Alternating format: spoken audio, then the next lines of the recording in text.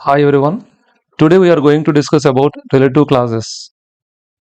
ప్రస్తుతం ఏపీలో అమలవుతున్న 10th class English first flight text బుక్లో ఫస్ట్ చాప్టర్లో ఏ లెటర్ టు గాడ్ అనే చాప్టర్లో మనకి important grammar topic relative clauses.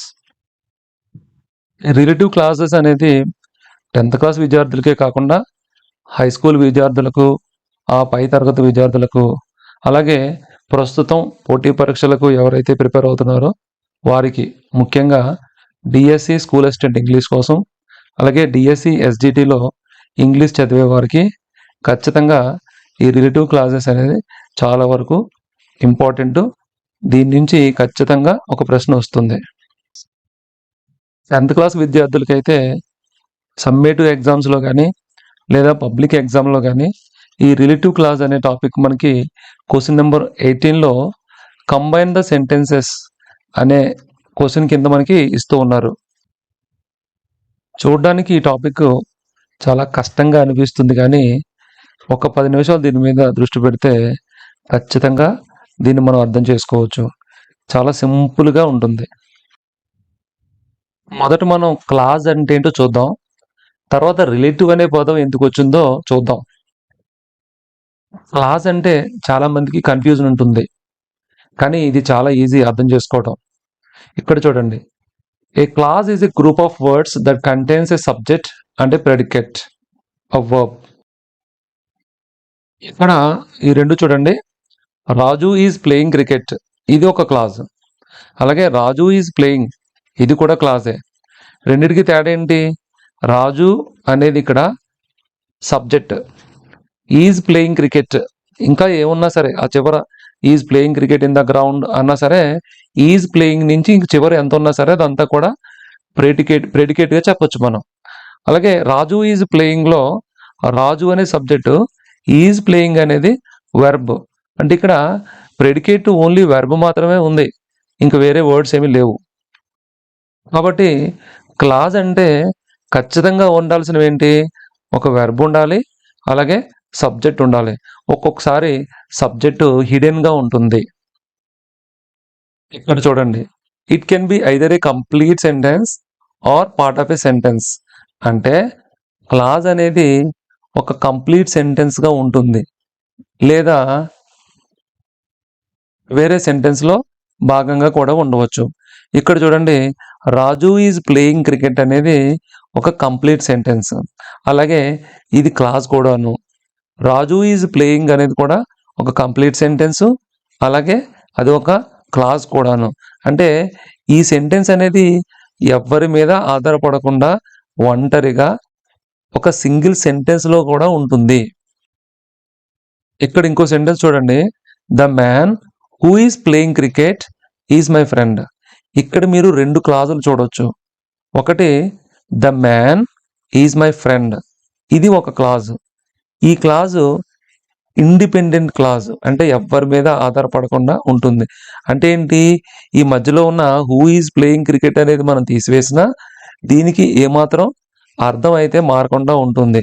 కాబట్టి దీన్ని ఇండిపెండెంట్ క్లాజ్ అని చెప్తాం. అలా కాకుండా ఇది చూడండి, హూ ఈజ్ ప్లేయింగ్ క్రికెట్ అనేది ఇండిపెండెంట్గా ఉండలేదు. అంటే హూ ఈజ్ ప్లేయింగ్ క్రికెట్ అనే దాన్ని మనం విడిగా మనం సెంటెన్స్ కింద రాస్తే దానికి పూర్తి అర్థం రాదు. ఎందుకని? హూ ఈజ్ ప్లేయింగ్ క్రికెట్ అంటే ఏంటి?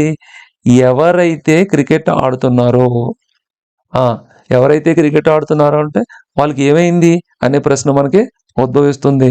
దానికి సమాధానం ఇక్కడ దొరకదు విడిగా ఉంటే. అదే ఈ సెంటెన్స్లో ఉంటే దాని అర్థం క్లియర్గా వస్తుంది. ఏంటంటే ఎవరైతే క్రికెట్ ఆడుతున్నారో ఆ మ్యాన్ నా యొక్క ఫ్రెండు అని ఇక్కడ క్లియర్గా అర్థం వస్తుంది. కాబట్టి క్లాజులు అనేవి మనకి రెండు రకాలు. ఒకటేంటి? ఎవ్వరి మీద ఆధారపడకుండా ఉండే క్లాజులు, అంటే వేటి మీద ఆధారపడకుండా ఉండే క్లాజులు.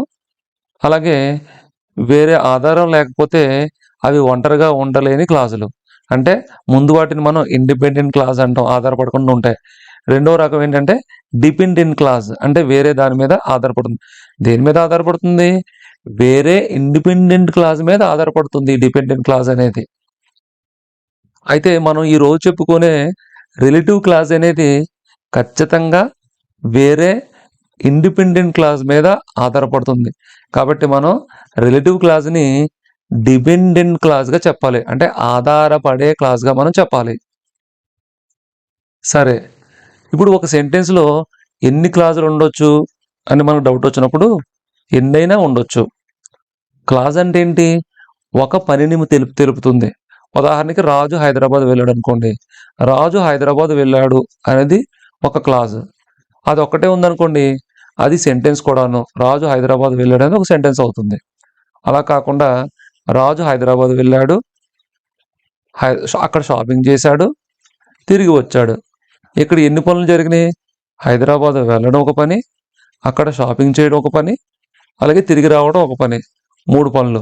ఈ మూడింటిని ఒకే సెంటెన్స్లో పెట్టామనుకోండి, ఆ 3 కలిపి 3 క్లాజులు అవుతాయి. అలా కాకుండా సెపరేట్గా ఉంచామనుకోండి, అవి 3 సింపుల్ సెంటెన్సెస్ అవుతాయి. అంటే దీన్ని బట్టి మనం ఏమర్థం చేసుకోవచ్చు? క్లాజ్ అంటే ఏం కాదు, ఒక యాక్షన్, అంటే ఒక పనిని తెలియచేయడానికి ఒక క్లాజ్ వాడతాం. ఎన్ని పనులు ఉంటే అన్ని క్లాజులు వాడతాం. ఇప్పటి వరకు మనం క్లాజ్ అంటే ఏంటో చాలా క్లియర్గా డిస్కస్ చేసుకున్నాం. అయితే ఇప్పుడు మనం మన అసలు టాపిక్ ఏంటి? రిలేటివ్ క్లాజ్ చూద్దాం. A relative class, also called an adjective class, is a type of dependent class that gives more information about a noun. అంటే ఇక్కడ రిలేటివ్ క్లాజ్ అనేది ఒక డిపెండెంట్ క్లాజు. అలాగే ఇది ఒక నౌన్కి సంబంధించిన మోర్ ఇన్ఫర్మేషన్ ఇస్తుంది. ఏదైనా ఒక నౌన్కి మోర్ ఇన్ఫర్మేషన్ ఇస్తుంది అంటే ఏంటి? అది యాడ్జెక్టివ్లో కూడా పనిచేస్తుంది. అందుకే ఇక్కడ యాడ్జెక్టివ్ క్లాజ్ అని కూడా ఇవ్వటం జరిగింది. సరే, ఈ రిలేటివ్ క్లాజ్ అనేది డిపెండెంట్ క్లాజ్ అవుతుంది. అయితే ఈ రిలేటివ్ క్లాజ్ ఎలా తయారవుతుంది? ఇది ఒక రిలేటివ్ ప్రొనౌన్ తోటి మొదలవుతుంది. చూడండి, it usually starts with a relative pronoun. ఏంటా రిలేటివ్ ప్రొనౌన్స్? బ్రాకెట్లో చూడండి, who, whom, whose, which, that. ఇవి రిలేటివ్ ప్రొనౌన్స్. మీరు చూడొచ్చు ఇక్కడ, ఇదిగో హూ ఈజ్ ప్లేయింగ్ క్రికెట్ అనేది ఒక రిలేటివ్ క్లాజ్. ఈ రిలేటివ్ క్లాజ్ దేంతో స్టార్ట్ అయింది? హూ అనే ఈ యొక్క రిలేటివ్ ప్రొనౌన్ తోటి స్టార్ట్ అయింది. అంటే రిలేటివ్ క్లాజ్ దేంతో తయారవుతుందని చెప్పాలి? రిలేటివ్ ప్రొనౌన్తో తయారవుతుంది.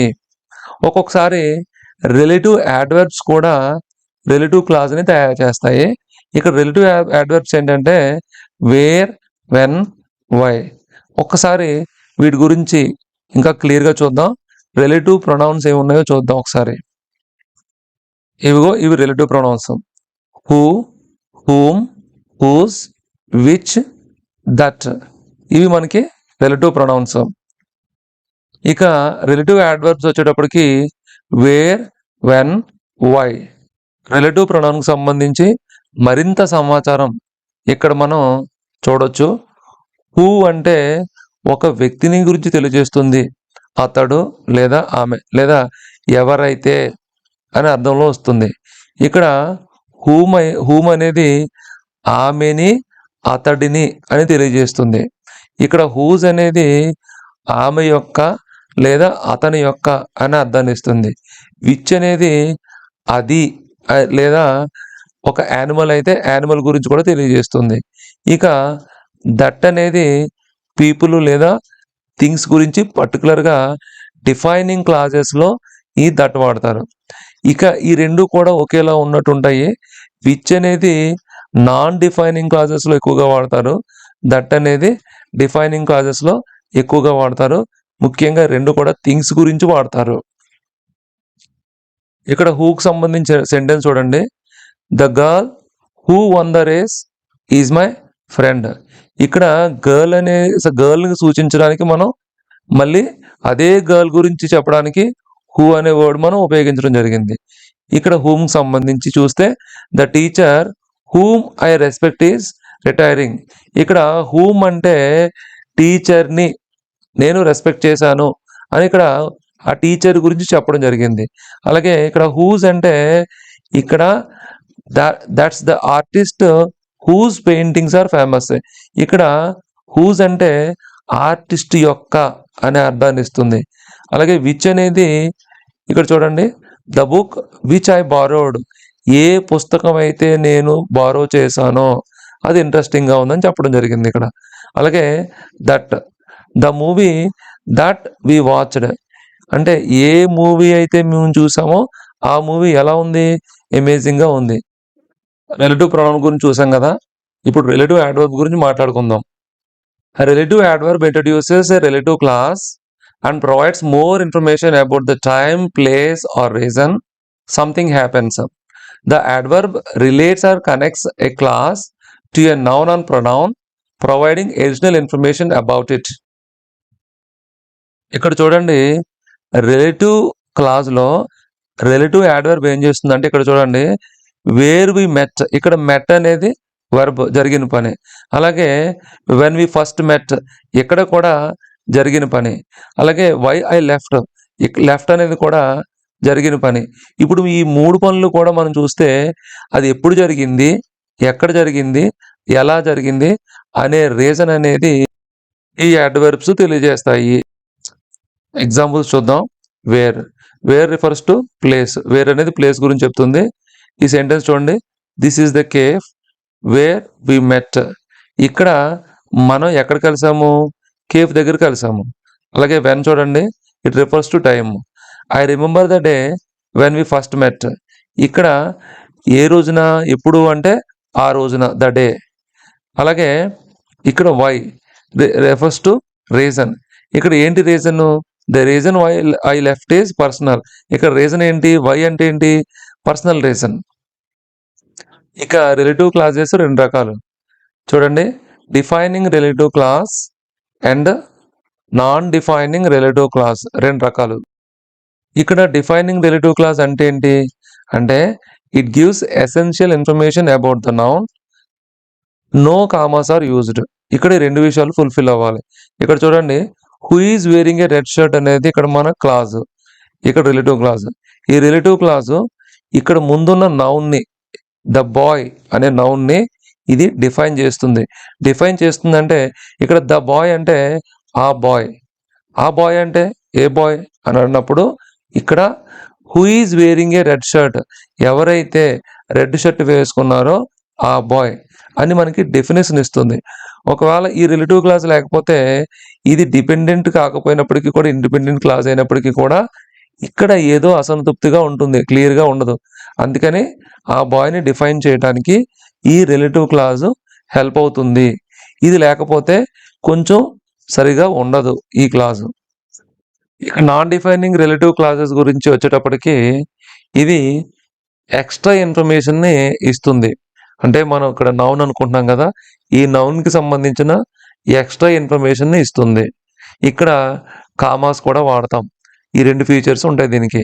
ఇక్కడ చూడండి, my father who is a doctor loves to travel, ఇక్కడ my father loves to travel అనేది సరిపోతుంది.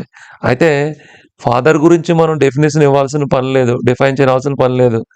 అయినప్పటికీ ఆయన గురించిన వేరొక అంశాన్ని, ఎక్స్ట్రా విషయాన్ని మనం ఇక్కడ ఎలా చెప్తున్నాం, హూ ఈజ్ ఎ డాక్టర్ అంటే అతను ఒక డాక్టరు అని చెప్పడం మన ఉద్దేశం. అలాగే ఇక్కడ కూడాను, Paris which is the capital of France is very beautiful. ఈ రకంగా నాన్ డిఫైనింగ్ క్లాజెస్ ఎలా ఉంటాయంటే ఎక్స్ట్రా ఇన్ఫర్మేషన్కి ఇవ్వడానికి ఉపయోగపడతాయి. అలాగే ఇక్కడ కామాలు అనేవి కంపల్సరీ. ఇక్కడ కామాలు చూడండి, ఈ కామాలు కంపల్సరీ.